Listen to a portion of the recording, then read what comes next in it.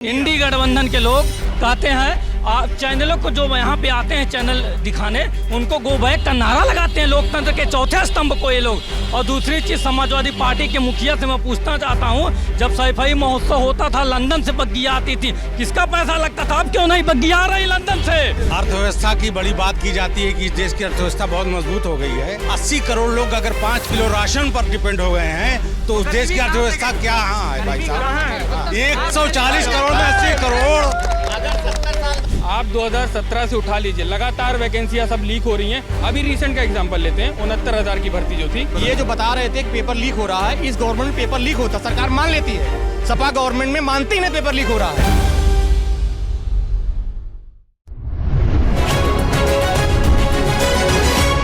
चुनाव यात्रा powered by टेटमोसॉल। Her season का स्किन स्पेशलिस्ट टेटमोसॉल, डॉक्टर्स का सुझाया नंबर 1 ब्रांड। नमस्ते, मेरा नाम सिद्धांत है और ये है अंबेडकर नगर। हमारी चुनाव यात्रा अब पूर्वांचल में एंटर कर चुकी है। पूर्वांचल तो लग ही जाएगा, अंबेडकर नगर से बगल में आजमगढ़ पड़ता है तो ना। हाँ, बस पूर्वांचल आ ही गया। तो यात्रा पूर्वांचल में आ चुकी है। ये अंबेडकर नगर है। कैमरे के पीछे हैं असद और मैं हूँ सिद्धांत। हमारे साथी विजय जो पूरी गर्मजोशी से इस यात्रा में लगे हुए हैं, लगे रहे मेरे साथ।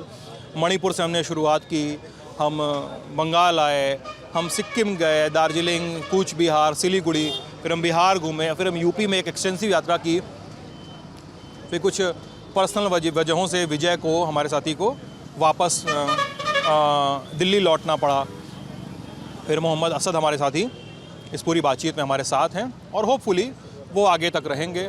और मेरी और असद भाई की ये बातचीत हो रही थी कि क्या चुनावी बहसें जो यूपी की खासकर चुनावी बहसें हैं वो अभी तक स्टूडियो से बैठ के देखते थे, ललन टॉप के न्यूज़ रूम से बैठ के देखते थे। और असद ने मुझसे कहा कि नहीं अब तो ग्राउंड पे आ गए हैं, तो हमने देखा है कि यूपी वाले जब बातचीत करते हैं तो सबको अपनी बात कहनी होती है ना। सबको अपनी बात कहनी होती है, सबको कहना होता है कि हम सबसे ज़रूरी बात कह रहे हैं, है ना। सबका इम्पोर्टेंट होता है। जी। तो ये है, तो असद भाई गियर अप, ये यूपी है और ये अकबरपुर यानी ज़िला मुख्यालय जो है उसके लोग हैं। अकबर ये अम्बेडकर नगर 55 है। ये अम्बेडकर नगर 55 है। रितेश पांडे वर्सेस लालजी वर्मा। रितेश पांडे जो बसपा से थे भाजपा में आ गए और लालजी वर्मा भी बसपा से सपा में आए जी। और दोनों टर्न कोड, दोनों बसपा के थे, दोनों टर्न कोड आपस में लड़ रहे हैं। लालजी वर्मा की एक हिस्ट्री ये भी है कि लालजी वर्मा को पहली बार सदन भेजा था नेताजी ने, विधान परिषद आई थिंक 1989 में। और आप नेताजी कह रहे हैं, मैंने आप समाजवादी पार्टी के समर्थक हैं। हम नेताजी को इसलिए कहते हैं क्योंकि नेताजी ने ही इस जिले को जो मान सम्मान दिया है, नेताजी ने या चाहे बहन जी ने दिया था, बहन जी ने क्योंकि ये जिला बनाया था, उसके बाद जो दिया बहन जी ने दिया, उसके बाद फिर शुरुआत में लड़ाई नहीं करनी होती है, थोड़ा गर्म होने दीजिए, इंजन थोड़ा गर्म होने दीजिए। फिर 2012 में यहाँ पे जब सपा ने 5 की 5 सीटें जीती थी, उसके बाद फिर यहाँ पे जो भी बचा कुचा काम बहन जी ने छोड़ा था वो सब नेताजी के या समाजवादी पार्टी के सरकार में लगभग पूरा हुआ था।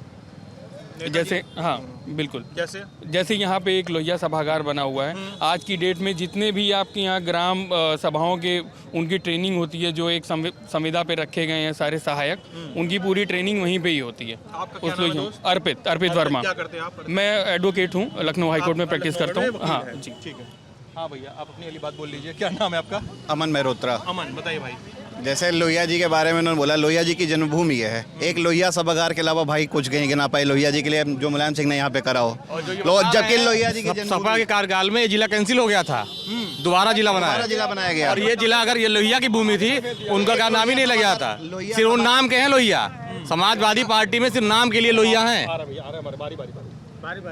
बाकी उनके लिए एक लोहिया सभागार बना देने से उनका सम्मान हो गया। उनकी एक मूर्ति तक जिले में नहीं लग पाई थी। बात बताइए, कुछ नहीं। भाई ने खुद ही कहा कि नेताजी ने रुके हुए काम करा है। एक मिनट, तो भाई खुद ही लोहिया सभागार के अलावा कोई और नेताजी का काम लोहिया जी के लिए जिले में गिना नहीं पाए। और जबकि लोहिया की जन्मभूमि है, यही शहजादपुर में उनका परिवार रहता है लोहिया जी का। आज उसकी स्थिति क्या है जाके वो देख लेगा, उनके लिए उन्होंने क्या करा है। लोहिया जी का पूरा परिवार यहाँ रहता है, आप चल के देख लीजिए। लोहिया जी के नाम पर समाजवादी ने लोगों को मूर्ख बनाने का कार्य किया है, उसके अलावा समाजवादी ने यहाँ कुछ नहीं किया है। आप वहाँ जाइए, बबलू टेलर हैं, उनके घर के परिवार के ही हैं। आप वहाँ की स्थिति से अगर रूबरू होना चाहें, आप हमारे साथ चलें, हम आपको पूरा दिखाएं वहाँ। उनके हमारे दादा लोगों ने करा, हमारे घर पे 3 डॉक्यूमेंट्री शूट हो चुकी, लेकिन आज तक भी समाजवादी का कोई भी नेता हमारे घर नहीं। बॉम्बे से फिल्म वाले पहुंच के मेरे घर पहुंच गए। मेरे घर पे 3 लोहिया जी को डॉक्यूमेंट्री शूट हुई, आज भी उनका रूम है, अवेलेबल है वहाँ पे। लेकिन समाजवादी पार्टी का कोई भी बड़ा पदाधिकारी हमारे घर पे नहीं आ पाया। सब यहीं आते हैं, हवाई पट्टी से रैली करके निकल जाते हैं। उनको सुध नहीं है कि शहजादपुर में उनके परिवार, उनके पालन पोषण करने वाले लोग रहते हैं और समाजवादी पार्टी लोहिया के नाम पे वोट लेना चाहती है। और इस तरीके से लोगों को बेवकूफ़ बनाया कि जो लोहिया से जुड़े उनको भूल के, लेकिन लोहियावादी सिद्धांतों पे चलने की कसम खाते हैं। लोहिया पे बात हो रही थी, मैंने बोला कि आपसे जवाब लूंगा, आप दीजिए जवाब। जी, अभी जैसे इन्होंने लोहिया जी का वो इनकी एक्सटेंडेड फैमिली है। और इनको बता दें हम कि अभी पिछले चेयरमैनी का चुनाव था तो वो भाजपा में ही ज्वाइन कर गए थे, और उससे पहले जब उनका था तो उनकी परिवार को जो थे, कौन ज्वाइन करा था भाजपा में?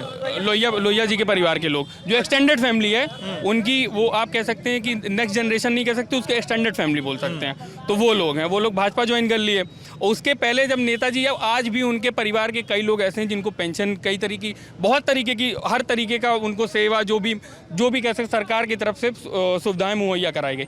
और अभी भाई बोल रहे थे अस्पताल की बात, तो मैं इनको बता दूं, अस्पताल अभी टांडा में 300 बेड का अस्पताल किस सरकार में बना? समाजवादी सरकार में बना 300 सही अस्पताल। और हर जितनी भी CSC PSC है सबका एक्सटेंशन हुआ, सब बढ़ गया। और भाई एक चीज़ ये बता दें, भाजपा कार्यकाल में यहाँ पे कौन सी एक ईंट रखी गई है? एक ईंट कोई बता दें, कोई काम ऐसा जो यहाँ पे रखा गया? बताइए भाई, बताइए। भाई साहब 2 कॉरिडोर लग रहे हैं, एक्सप्रेस वे बना पूर्वांचल में, और क्या बनना चाहिए? अम्बेडकर नगर पूरे जिले का सौंदर्यीकरण हुआ भैया। आप देख सकते हैं सिविल लाइन यहाँ था ही नहीं।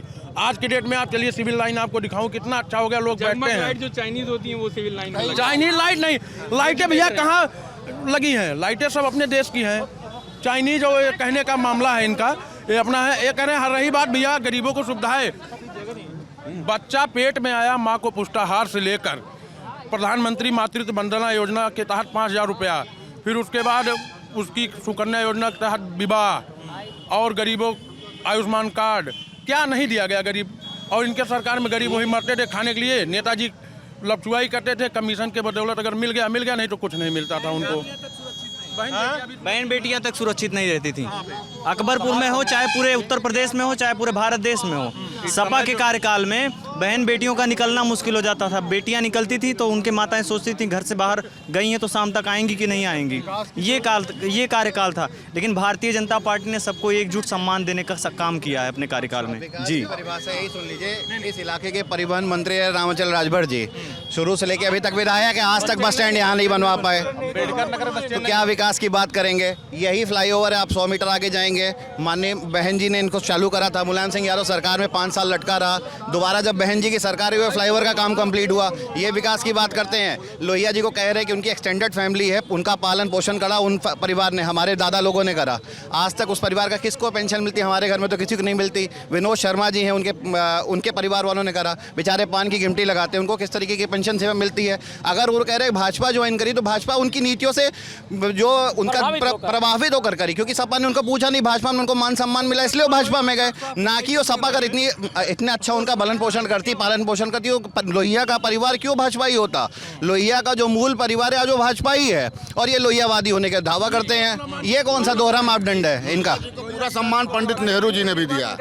लोहिया जी हमेशा, लोहिया जी कांग्रेस से हैं, आपके कपड़े से पता चला। हाँ, लोहिया जी को हमको बड़ा गर्व है इस बात। लोहिया जी यही इसी धरती के हैं, इस बात का हम सभी लोगों को गर्व है, और हम लोग गर्वान्वित महसूस करते हैं कि लोहिया जी हमारे बीच के रहे, समाजवादी विचारधारा के पुरोधा और जनक, और उनको पंडित नेहरू हमेशा सदन में रखे, चाहे वो कभी चुनाव हारे भी हों, तब भी रखे। माननीय नेताजी तो सदन में नहीं रखे भैया। माननीय नेताजी जब पावर में आए तो लोहिया जी कब तक थे, कब तक नहीं, उनका वो इतिहास जाने, कब उनकी डेथ हुई, कब हुआ। लोहिया जी का सम्मान यहाँ से निकल कर लखनऊ में किया गया। उनके नाम पे हॉस्पिटल बना राम मनोहर लोहिया, जहाँ बिना किसी भेदभाव के लोगों का इलाज हो रहा है, और अपने प्रदेश के ही नहीं, अन्य जो प्रदेश हैं आसपास के, उनके भी पेशेंट आते हैं, उनका भी इलाज होता है। लोहिया जी का नाम पे वो लखनऊ में हॉस्पिटल है, उसका भी इलाज होता है। नहीं होता भैया, जड़ को छोड़कर कोई पेड़ बड़ा नहीं होता। जड़ को छोड़कर कोई पेड़ बड़ा नहीं होता। यहाँ भी लखनऊ की तो बात हो नहीं रही है, ये अंबेडकर नगर की बात हो रही है कि उनका क्या हुआ। अब आजकल यूपी गवर्नमेंट सबसे योगी सरकार है, लॉ एंड ऑर्डर मेंटेन है, नंबर 1। इंटरनेशनल अफेयर्स पे भारत आगे जा रहा है, नंबर 2। गरीब तबके को जो है सारा रोजगार मिल रहा है, और उसके बाद क्या कहते हैं उनको पेंशन मिल रही है, पुरानी पेंशन। अंबेडकर नगर से अयोध्या तक के लिए 4 लेन हो गया, पूर्वांचल एक्सप्रेसवे हो गया, यहाँ पे क्या कहते हैं औद्योगिक कॉरिडोर बनाया जा रहा है।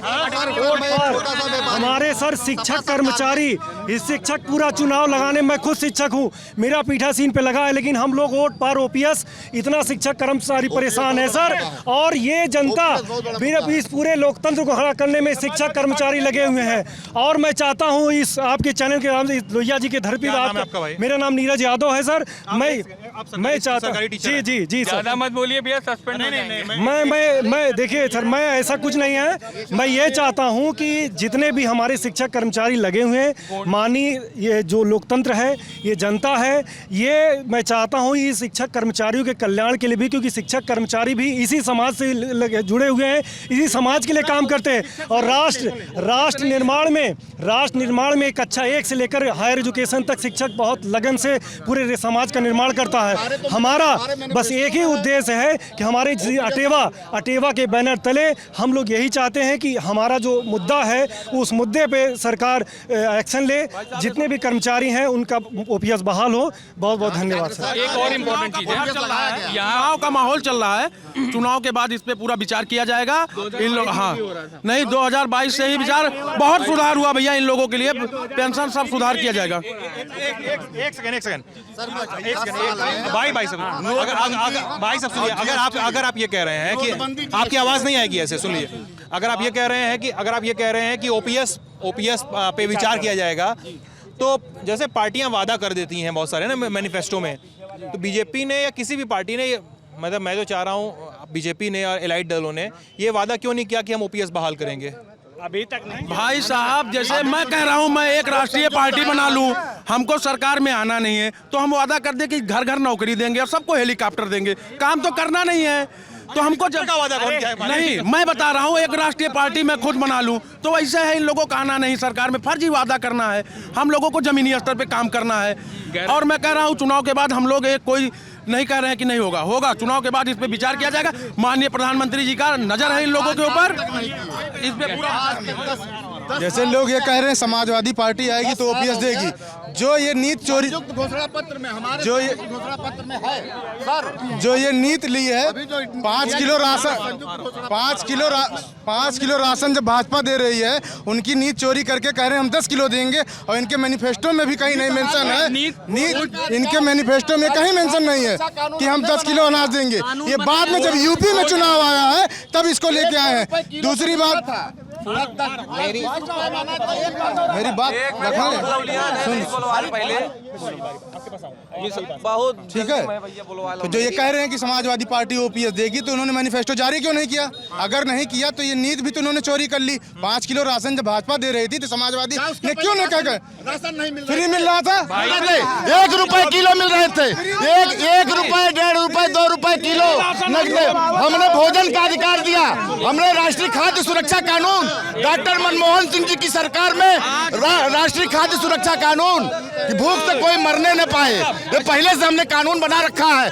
गूगल के जमाना सर्च कर लीजिए, राष्ट्रीय खाद्य सुरक्षा कानून, भोजन का अधिकार कब पास हुआ? डॉक्टर मनमोहन जी की सरकार में। ये कुछ नहीं किए हैं। ये पूर्वांचल एक्सप्रेस वे जिससे आप चलते हैं,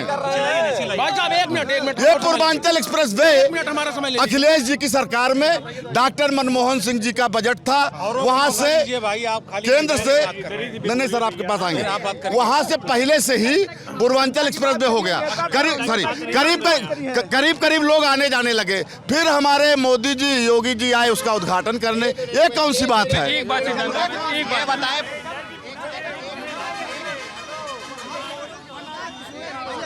और भी लोग आप अपनी बात सवाल पूछिए भैया, जैसे ये चलिए एक लाइन बोलूंगा बस, एक सेकंड भाई, कैमरा मत ब्लॉक करो ना, कैमरा मत ब्लॉक करिए। जैसे मैं ये कह रहा था भैया, जैसे भैया कह रहे थे लोहिया जी के यहाँ पे आप क्या गया भैया, अंबेडकर नगर लोहिया भवन बन गया, अंबेडकर नगर में लोहिया भवन बन गया, लखनऊ में लोहिया हॉस्पिटल है, कैंसर इंस्टीट्यूट मेरी बात सुन लीजिए, आपके साथ आए, आप सुनिए, लखनऊ है, यहाँ की भी बात सुनिए भैया सुनिए, रुक जाइए भैया हम बता रहे हैं, 1 मिनट सुन लीजिए, फोन भैया ये कह रहे हैं, मैं बात कह रहा हूँ जी, अम्बेडकर नगर में 7 साल की सरकार रही भाजपा की, आज तक एक ईंट उन्होंने क्या किया भैया? अम्बेडकर नगर में क्या किया भाजपा के सांसद जी? 5 साल योगी जी की सरकार रही भाई साहब, क्या कुछ नहीं, कुछ अम्बेडकर नगर क्या बिल्डिंग बना? कोई आज तक आया? कुछ आया? कुछ भी नहीं आया, कोई इन्वेस्टमेंट आया? भैया आ रहे समाजवादी सरकार में पूर्वांचल एक फिर से बन गया, लोहिया भवन बन गया, पराग डेयरी बन गया। इस सरकार 10 साल की सरकार में क्या हुआ भैया? 10 साल 7.5 साल की सरकार में क्या किया योगी?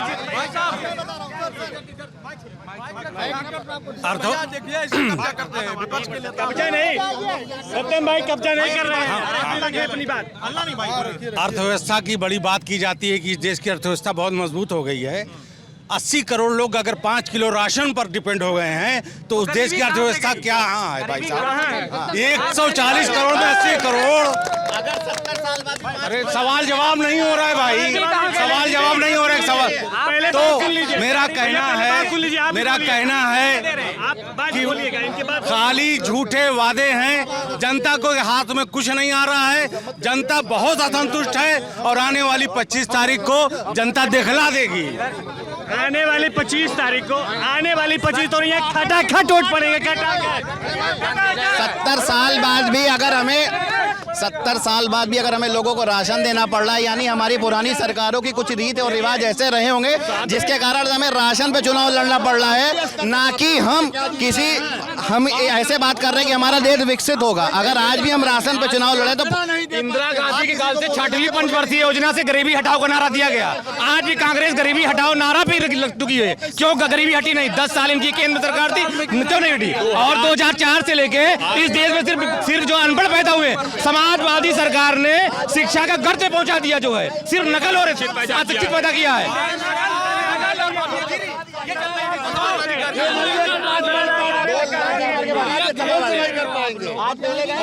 हाँ, जैसे ही यहाँ पे अम्बेडकर नगर जिला, यहाँ हर किसी को पता है, अगल बगल के जिलों से कंपैरिजन किया जाए, साक्षरता का मामला हो, नौकरी का मामला हो या संपन्नता का मामला हो, ये जिला हमेशा उगल रहा है। लेकिन नौकरी की जब बात आती है, आप 2017 से उठा लीजिए, लगातार वैकेंसियाँ सब लीक हो रही हैं। अभी रिसेंट का एग्जांपल लेते हैं, 69,000 की भर्ती जो थी, उसमें कितना बड़ा सरकार ने खुद मान लिया है कि ओबीसी जातियों के साथ कितना बड़ा अन्याय हुआ है। उसके बाद कोर्ट ने ओबीसी कमीशन ने दिया, कोर्ट ने सरकार ने 6800 लोगों की नौकरी दी, कोर्ट ने रद्द कर दी। उसके बाद कोई सुनवाई नहीं, 600 दिन से लड़के वहाँ पे अन्याय, सबके साथ अन्याय होता। मेरा बड़ा भाई खुद 6800 वैकेंसी का उससे प्रताड़ित, उसको नौकरी नहीं मिली, लेकिन इस सरकार ने अभी तक उसको संज्ञान नहीं लिया। ये एक बहुत बड़ा मुद्दा, क्योंकि इस जिले में कोई ऐसा गांव नहीं है जहां पे 8-10 शिक्षक ना हो, और ये इस वैकेंसी से कोई ऐसा गांव नहीं है जिससे लोग प्रभावित ना हुए। और रही बात यूपीपी की, यहाँ पे कम से कम आप मान के चलें, कम से कम 50,000 बच्चों ने यूपीपी नौकरी की वैकेंसियां भरी थी, और सब जो भी इससे प्रभावित हुआ, चाहे आरओ रहा हो, चाहे यूपीपी रहा हो, जो भी इससे प्रभावित हुआ, आप जान सकते हैं कि किस तरीके से वो भाजपा के विरोध में आज खड़ा होगा। क्योंकि भाई अगर कोई भी परिवार जाता है इलाहाबाद, लखनऊ, दिल्ली तैयारी करने, तो वो यहाँ पे भाई ये परिवार भेजता है तो 8-10 हज़ार 15 हज़ार रुपये महीने उसका खर्चा आता है। अगर वो बीएड करके 3 साल तैयारी करता है, 4 साल तैयारी करता है, नौकरी देने जाता है और घर आता है देखता पेपर लीक हो गया है, तो उसके भविष्य का क्या होगा? तो ये एक बहुत बड़ा मुद्दा है बेरोजगारी का। बिल्कुल 2012-17 सपा गवर्नमेंट थी, लोक सेवा आयोग इलाहाबाद कितना भ्रष्ट था, अनिल यादव कार्यकाल में कितनी घोटालाबाजी हुई इसी सपा गवर्नमेंट में, और जब से योगी सरकार आई लोक सेवा आयोग में कभी कोई घोटाला नहीं हो रहा है, कोई नहीं। और सुनिए, जो पेपर सुनिए 2015 में पीसीएस का पेपर लीक हुआ, ठीक, अनिल यादव कार्यकाल में। उसके बाद क्या कहते हैं, उसके बाद आरओ पेपर लीक हुआ 17 में। सुनिए, ये पहली बार नहीं भाजपा में लीक हो रहा है, 15 में लीक हुआ, 17 में लीक हुआ है, और ठीक है, और लगातार। हाँ, अब सुनिए, और उसके बाद 12-17 तक लोक सेवा आयोग में करप्शन चरम पे था, सीबीआई जांच तक लगी थी, ठीक है। और समीक्षा अधिकारी का सुनिए, मैं भी एग्जाम दे रहा हूँ, ठीक है, शिवपाल की लिस्ट आने के बाद बदल गया नंबर। समीक्षा अधिकारी से लेकर लोअर पीसीएस समीक्षा अधिकारी, लेखपाल, सारे चीजों में इनका रेट फिक्स था, सबका सारे परीक्षाओं में इनका रेट था, उसका रेट था, जो पैसा देता था उसी को वही पास होता था, जो पढ़ लिख के जाता था वो फेल हो जाता था ऑटोमेटिक इनकी सरकार में। और ये बात कर रहे हैं पेपर लीक की। सुनिए, अब एक बात सुनिए, अब इनका जवाब अच्छा नहीं, एक पॉइंट, बस एक पॉइंट। चलिए, ये जो बता रहे थे कि पेपर लीक हो रहा है, इस गवर्नमेंट में पेपर लीक होता सरकार मान लेती है, सपा गवर्नमेंट में मानती नहीं पेपर लीक हो रहा है। और 2015 में बता रहा हूँ, दोनों पेपर लीक हुआ, फर्स्ट पेपर सेकंड पेपर, और सेकंड पेपर कैंसिल ही नहीं हुआ है। आप चेक करिए वहाँ भाई साहब पेपर लीक होने के बाद उसी पेपर पे भर्ती हो जाता था। कोई जानता नहीं, मंत्री कोटा, मुख्यमंत्री कोटा, फला मंत्री कोटा, इनके चाचा उनके नाना सबको भर्ती हो जाती थी। इसमें पेपर लीक करने के बाद पुनः पेपर कराएगी सरकार और 1 रुपया नहीं लगना है।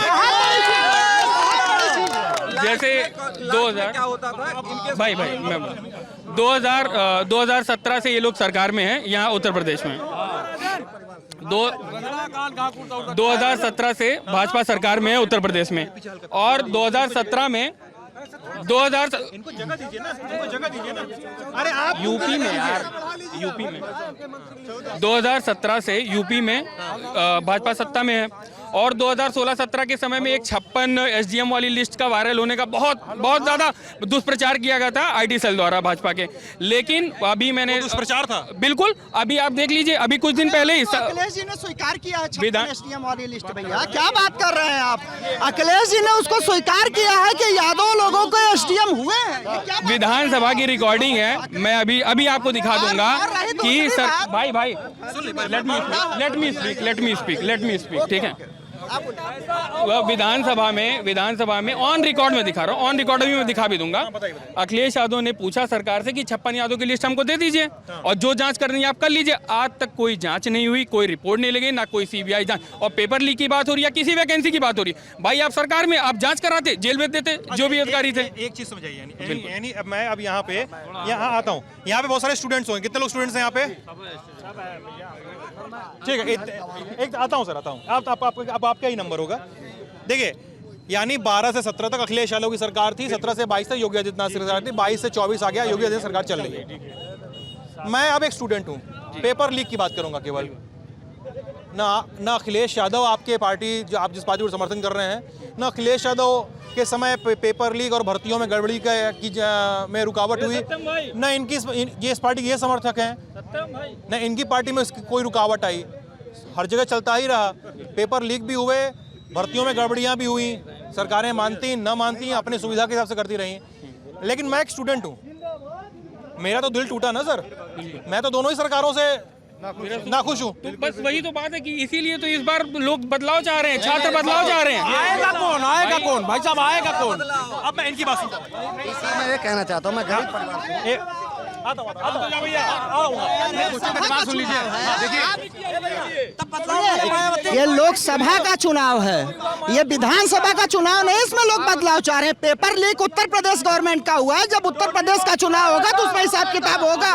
ये लोकसभा का चुनाव है, इसमें देश का मुद्दा है भी। इसमें प्रधानमंत्री जी को, मोदी जी को सपना है कि देश को मजबूत करना है, ठीक है ना। ये लोकसभा का चुनाव है। 2047 तक मोदी जी का सपना है भारत को विकसित राष्ट्र बनाना है।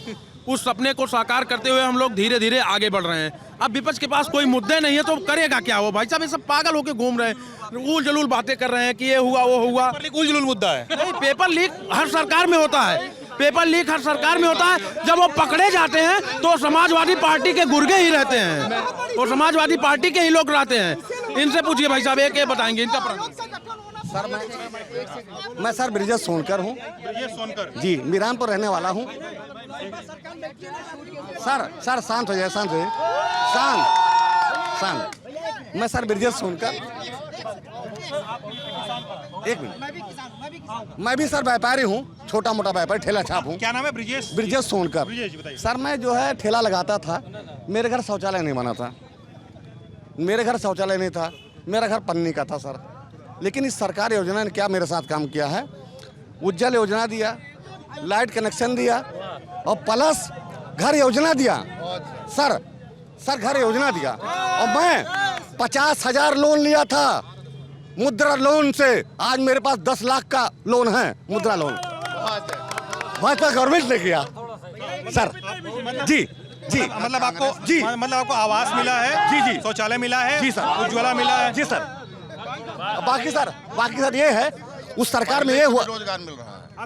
सर उसमें ये हमको ये अच्छा लगा है, वो कोई जात कोई धर्म कोई जात कोई धर्म नहीं देखा उसने, सबको योजना यही दिया है, भोजन दिया है। सुनिए, सारी योजनाएं पहले से सबके पास योजना मिला सर, केवल नाम बदले गए।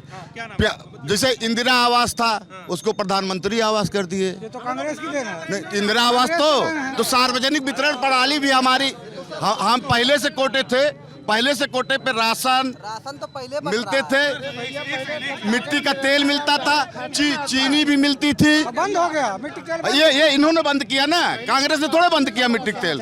ये तो इंदिरा आवास में और प्रधानमंत्री आवास में जितनी राशि मिलती है, दोनों में तो अंतर है। अब जब समय बढ़ता जाएगा, महंगाई बढ़ती जाएगी, तो थोड़ा सा राशि बढ़ी गई है और ज्यादा कुछ नहीं। जीएसटी कितनी है? रोटी खाते हैं उस पर जीएसटी है, दाल पे जीएसटी है। 60 रुपये 55-60 रुपये ज्यादा से ज्यादा कांग्रेस सरकार में रही होगी 50 रुपए। सरकार टैक्स तो लेगी ना।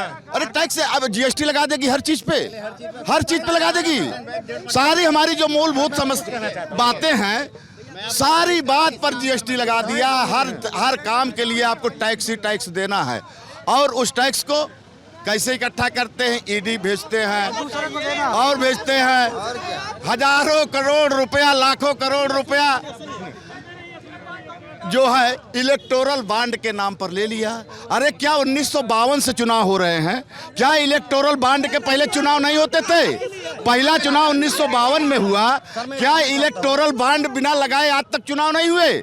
चुनाव हुए। ऐसा क्यों हुआ? ऐसा इलेक्टोरल बॉन्ड सर एक सेकंड, इलेक्टोरल बॉन्ड पे बना दे केवल बस।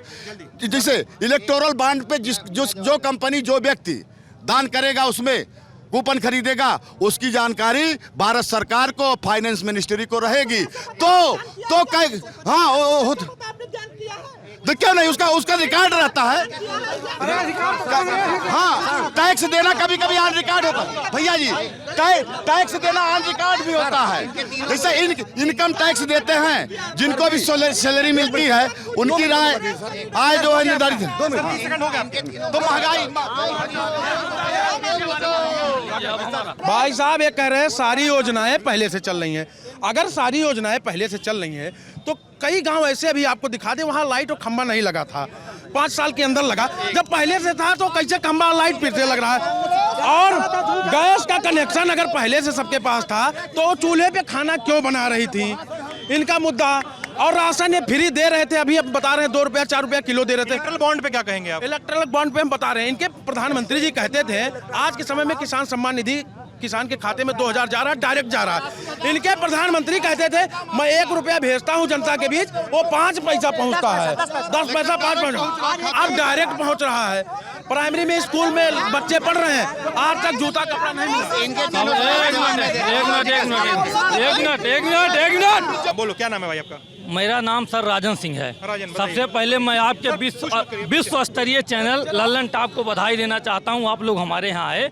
दूसरी चीज़ यही समाजवादी पार्टी और इंडी गठबंधन के लोग कहते हैं चैनलों को जो यहाँ पे आते हैं चैनल दिखाने, उनको गो बैक का नारा लगाते हैं, लोकतंत्र के चौथे स्तंभ को ये लोग।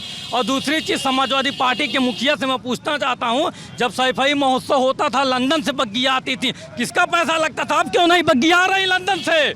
क्यों नहीं आ रही है? जनता का पैसा लूटा जा रहा था। मैं समाजवादी पार्टी और इंडी गठबंधन के नेताओं से पूछना चाहता हूँ, क्यों नहीं बग्गियाँ आ रही है? सवाल मेरा। बग्गियाँ जो घोड़े गाड़ी आते थे लंदन से आती थी, लंदन से आती थी बग्गियाँ। आप ये सवाल पूछिए इंडी गठबंधन के लोगों से। स्थानीय मुद्दा ये है, आप आज जहाँ खड़े हैं इस लाइट में खड़े ना, मारुति त्रिपाठी। मारुति जी अभी मैंने कैमरे में कैद भी है वो, आप पीछे खड़े होकर नारे लगा रहे थे। मैं लगा रहा था। हाँ, तो ठीक है, तो मैं लगाऊंगा ही। नहीं, अगर लगाएंगे तो चले जाइएगा। 1 सेकंड, मैं क्योंकि मैं ये तो मेरा मुद्दा सुन लीजिए। सर सुन लीजिए, या कौन नारा नहीं लगाया? मेरी बात सुन लीजिए, मैं सबको कहूंगा, जो भी मुझे दिखाई आ रहा है मैं उसको बोलूंगा। नारा 1 सेकंड, अगर नारा लगाएंगे तो बात नहीं हो पाएगी, मैं ये कह रहा हूँ। बोलिए। 1 सेकंड, सबसे बड़ा मुद्दा यहाँ है, आप जहाँ चौराहे पर खड़े हैं, अगर सपा सरकार में यही घंटों में लाइट आती, शिफ्ट में आई रहती थी कि 12 बजे मरेला में लाइट आएगी फीडर पे, 3 बजे उस लाइट पे, इसी मई के महीने में 12 बजे तक रात तक सड़कों पे खड़े रहते थे बेना लेके। आज इस सरकार, एक सेकंड, इस सरकार में 1 मिनट, इस उपलब्धि, सबसे बड़ी उपलब्धि भाई साहब ये है, आप यहाँ लाइट में खड़े होकर यहाँ डिबेट करने आए हैं। इस सड़कों पे आप आए होंगे, कहीं पेट का पानी नहीं ला होगा, आपके कहीं पेट का पानी नहीं ला होगा, नहीं तो ये गड्ढे से क्या बताएं, पेट का पानी उल्टी होती थी खाना खाने के बाद। सही बता रहा हूँ, आप खा के निकलिए गाड़ी से।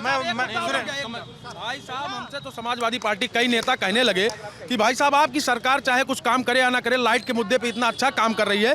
पहले हम लोग लाइट जलाते थे जैसे मोमबत्ती जलती थी, पंखा तो चलता ही नहीं था। हम लोग 2017 के बाद पंखा खरीदे, किसी घर पंखा नहीं चलता था। आज की डेट में सब पंखा चला रहे हैं, एसी चला रहे हैं, कूलर चला रहे हैं, नहीं तो किसी घर वॉशिंग मशीन सब पैक करके रख दिए थे भाई साहब। लाइट की जो स्थिति पैदा हो गई थी, आज के समय लाइट नंबर 1 पे है भाई साहब।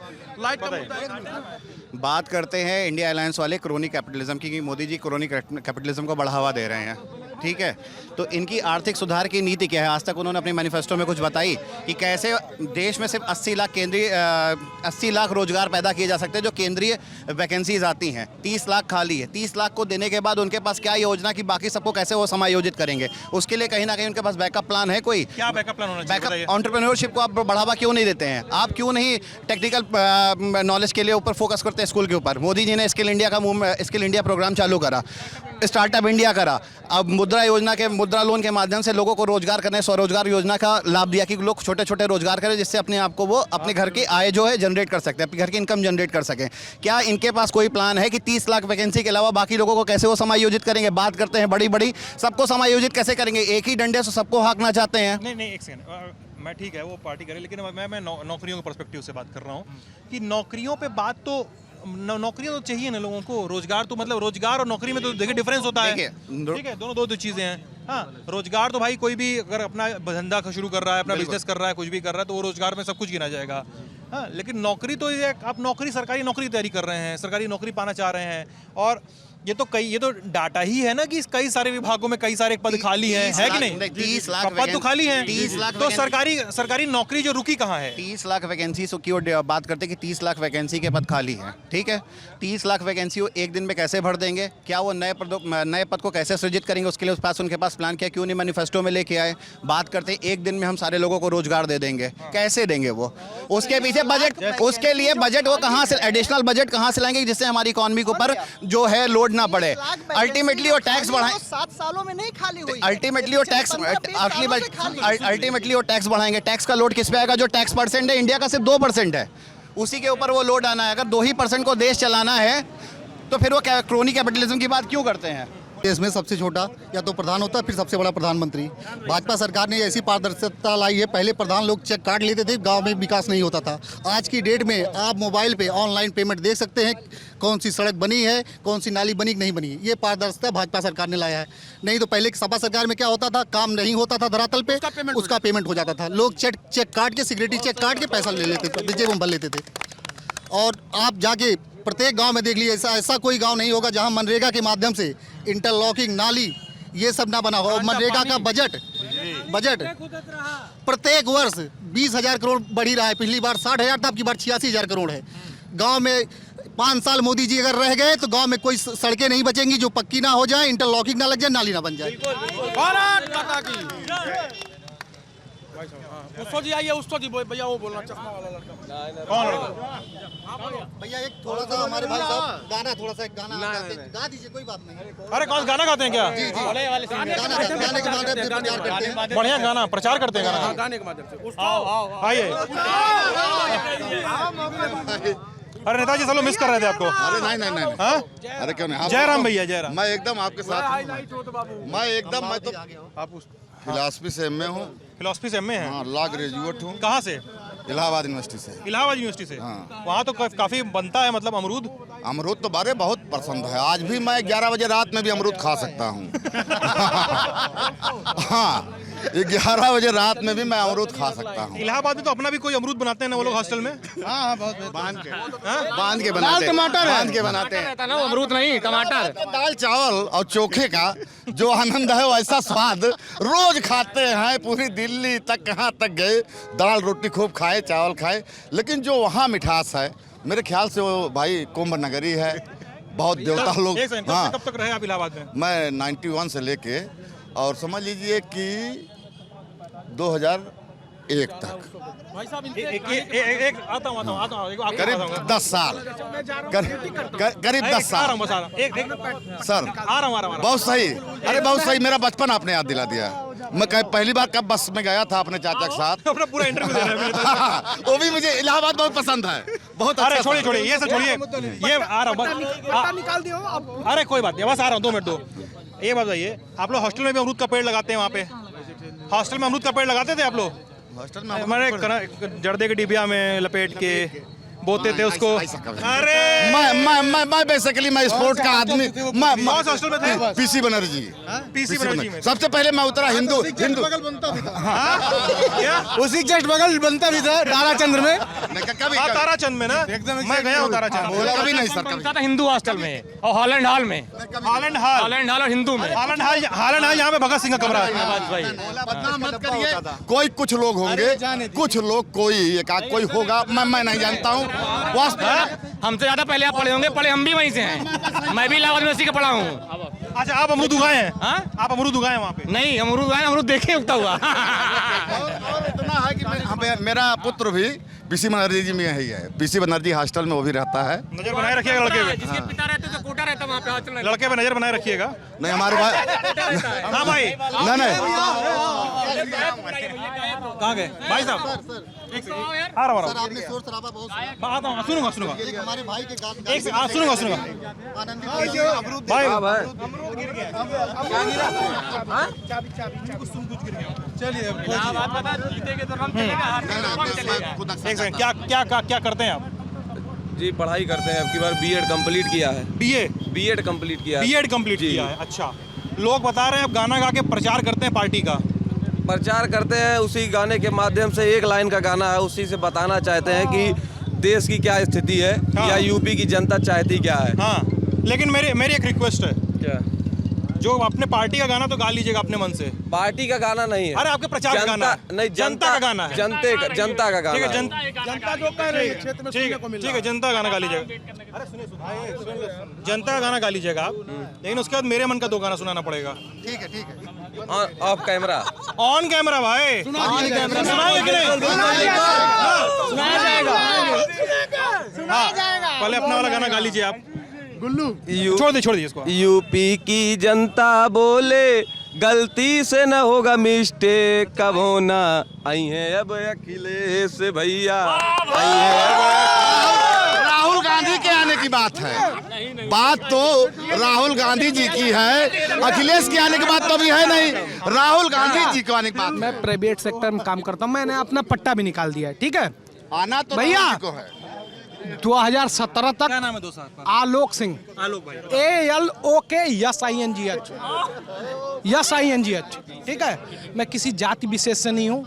मैं अभी कितना बजा रहा साहब, अभी मैं टाइम देख रहा हूँ, सॉरी, 10:15 हो रहा है। 10:15, 4 बजे उठता हूँ, 14,180 रुपया कमाता हूँ मेहनत से। कोई सरकार खाने को नहीं देने वाली है, रोजगार देने वाली है, कोई भी सरकार हो, ठीक है। कहने मतलब मैं अगर कर्म करूंगा तो मेरे को फल मिलेगा। 2017 के पहले जो सरकारें थीं वो विकलांग बना चुके हैं जो युवा हैं। ये नकल माफिया सरकार थी, इसके पहले जो भी थी, वो जो भी सरकार थी सर, देखिए आगे मैं एक चीज भैया, मैं एक चीज भैया देखिए भाई साहब, सुनिए क्या नाम है भैया? अनुराग भाई, भाजपा आज तक कहीं अच्छा काम नहीं किया। अम्बेडकर नगर। अरे अनुराग भाई सुनिए, चुप। हाँ बताइए। चुप सर, मैं एक युवा हूँ और 2017 के पहले मैं 12th और इंटर जब तक किया। आप कह रहे हैं 2012 से 17 तक सरकारों में नकल ज्यादा होता था, 17 ज्यादा होता था।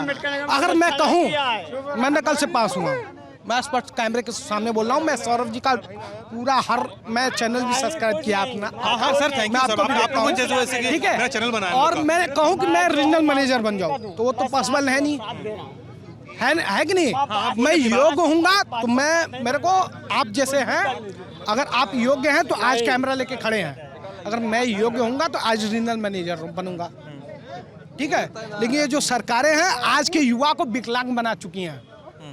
ये जो भी लोग भाई हैं, मैं आप ठीक है, बेरोजगारी चाहे जो भी है, अगर हम योग्य हैं, आज 10:30 हो रहा है, मैं मेहनत करके आ रहा हूँ। मैं पढ़ा नहीं, मैं नकल से पास हुआ, तो आज ये कंडीशन है। अगर मैं पढ़ा हो तो पास हुए? बिल्कुल। मैं ऑन कैमरा बोल रहा हूँ, मैं नकल से पास हुआ हूँ। और 2017 के पहले जो भी सरकार थी, योगी सरकार आने के बाद किस क्लास में नकल से पास हुए? किस क्लास में नकल से पास हुए? इसके पहले ग्रेजुएशन तक मैं नकल से पास हुआ। कब ग्रेजुएशन हुआ आपका? मैं ये नहीं बोल सकता हूँ, मैं नहीं बोल सकता हूँ। मैं जॉब करता हूँ। अरे तो सर आप इतना लंबा बता दिए। मैं कहने का मतलब ये है कि अगर मैं योग्य हूँ तो मेरे को नौकरी मिलेगी, अगर मैं अयोग्य हूँ तो मेरे को नौकरी नहीं मिलेगी, चाहे कोई भी सरकार। बहुत बढ़िया, बहुत बढ़िया। अगर मैं योग्य हूँ तो मेरे को नौकरी मिलेगी। सर हाँ भाई साहब, ये आप कैमरे पे ना ये बोल के जा रहे हैं कि मैं नकल से पास हुआ और मैं योग्य भी हूँ। दोनों तो अलग अलग बातें हैं। मैं कह रहा हूँ अगर मैं योग्य हूँ, ठीक है, तो मेरे को नौकरी मिलेगी, अगर अयोग्य हो तो मेरे को नौकरी नहीं मिलेगी। लेकिन आप ये नहीं बता ग्रेजुएशन किस साल में किए आप? नहीं। अरे बता दीजिए, नकल से पास हुआ। अरे 12-17 में। अरे नहीं 12-17 भैया। आज भी सीसीटीवी कैमरे लगे हैं बोर्ड की परीक्षाओं में। सीसीटीवी कैमरे यूपी बोर्ड की परीक्षाओं में नहीं पहले से लगे हैं, ये बात कहिए। वो सब व्यवस्थाएं होती हैं, एक दिन में देश विकसित नहीं हो गया। ले भैया, बोले। अरे क्या बोलूं, जैसे कुछ पूछेंगे। आप इतना जोर से बोल रहे थे, बोलना नहीं, इधर से कह रहे थे लोग। हाँ बताओ भैया, बताओ भैया। हम कह रहे सीसीटीवी लगा, पहले सीसी था, टीवी कहाँ था?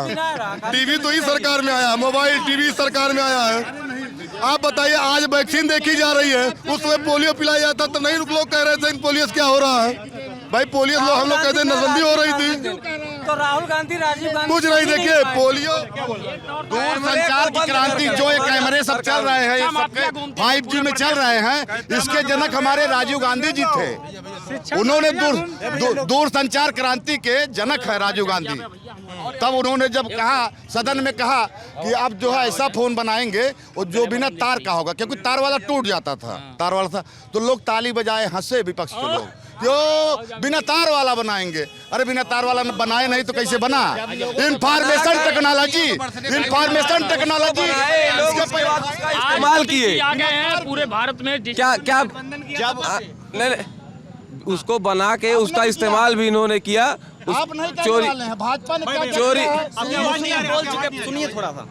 ज्यादा ना बोलिए, भाई साहब नहीं बुरा नहीं बात करते। मुस्लिम लीग सरकार बनाए, मुस्लिम लीग के साथ शिक्षा माफिया घूमते थे, नौकरी देने के बाद युवाओं के साथ छला करके लोग पैसा वसूली करके नेता नगरी के लोग। आज के डेट में कोई ठगी नहीं कर सकता पूरे प्रदेश में युवाओं के साथ। बिल्कुल, योगी जी के शासन में, मोदी जी के राज में कोई भी ठगी नहीं कर सकता। अगर आज भी पेपर लीक होता है, जो पेपर लीक करने में दोषी हैं, उनके ऊपर कड़ी से कड़ी कार्रवाई करा रही है सरकार। पेपर की ये तो भाई साहब, आईसीएसई का पेपर लीक नहीं होता था, उसका भी इस बार लीक हो गया।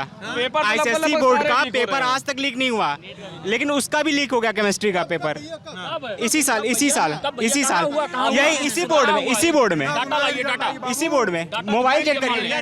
नहीं, दो कुछ दिन पहले की खबर। अरे भाई सुन लीजिए, अरे सुनिए भाई बनारस से बाय 25 रुपए थे सिलेंडर, आज का साल में कहाँ पहुंच गए? एक मोटरसाइकिल जो 40। विकास कितना हो गया ये भी देखिए। चलिए इस बहस को बंद करते हैं। आप ललन टॉप देख रहे थे, बहुत बहुत शुक्रिया।